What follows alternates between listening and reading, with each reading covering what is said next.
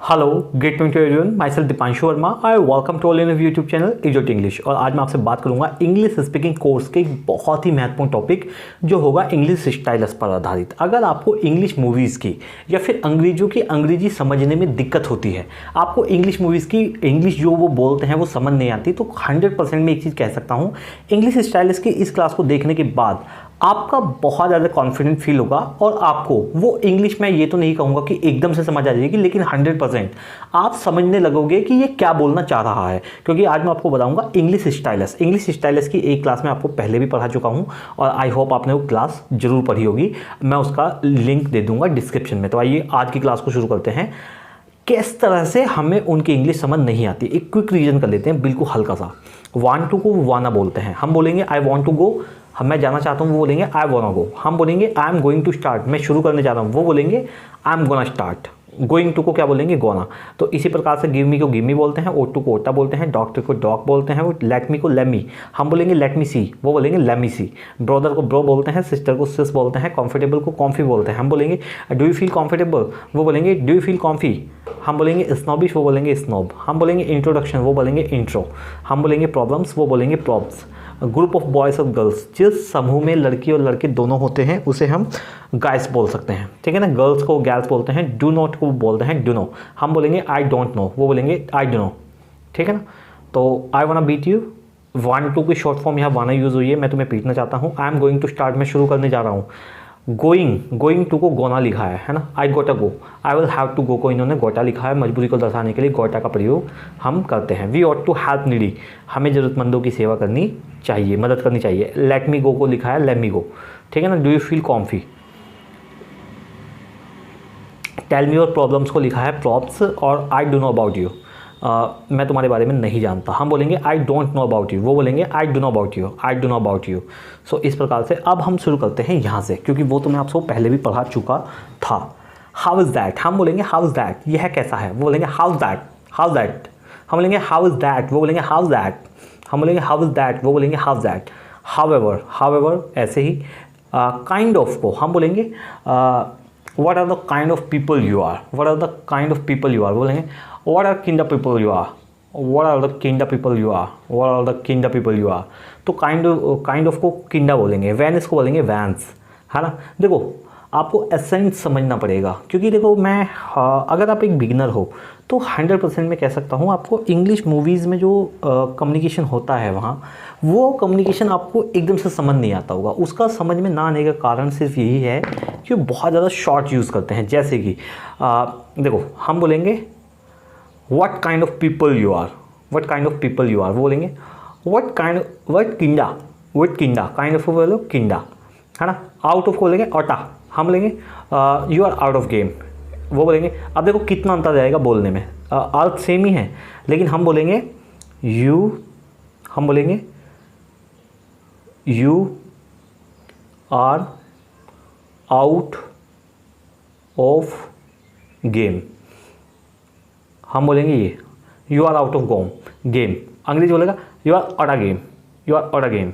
अब देखो you are out of game और you are out a game, मतलब कितना डिफरेंस में लग रहा है। तो इसी वजह से हमें उनकी कुछ इंग्लिश समझ नहीं आती। कप ऑफ को बोलेंगे कपा, हम बोलेंगे cup of, it is not cup of your tea, बोलेंगे it is not cup of tea, it is not cup of tea, it is not cup of tea. हम बोलेंगे it is not your cup of tea, बोलेंगे it is not cup of tea. हम बोलेंगे need to, वो बोलेंगे नीडा। Short of को बोलना है शॉर्टा, ठीक है ना। कज़िन को वो बोलते हैं कज़, टैबलेट को बोलते हैं टैब, सेलिब्रिटी को सेलैब, कज़िन को कज़, टुनाइट को टुनाइट, कॉम्बिनेशन को कॉम्बो, मैगज़ीन को मैग, चैम्पियन को चैम्प, स्पीकिंग को स्पीकिंग। तो इस प्रकार से अब इसके देखो यहाँ कैसा है वह है, हाउज़ दैट, हम बोलेंगे हाउ इज़ दैट, वो बोलेंगे हाउ दैट। हम बोलेंगे व्हेन इज़ ही कमिंग, वो बोलेंगे व्हेंस, हम बोलेंगे व्हेन इज़ ही कमिंग, वह कब आ रहा है, वो बोलेंगे वंस ही कमिंग। हम बोलेंगे what kind of noise is that, वो बोलेंगे what kind of noise is that.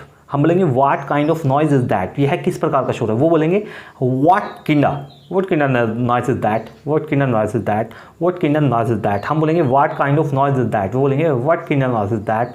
हम बोलेंगे you are out of game, वो बोलेंगे you are out a game, you are out a game. हम बोलेंगे I don't need to your help, वो बोलेंगे I don't need I don't need your help, I don't need your help. हम बोलेंगे what sort of mobile is that, यह है किस प्रकार का फ़ोन है, what sort of mobile is that. वो बोलेंगे what sort of mobile is that.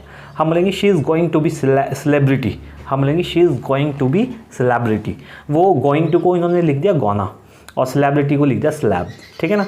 Here is your combo, हम बोलेंगे here is your combination offer sir, वो बोलेंगे here is your combo offer.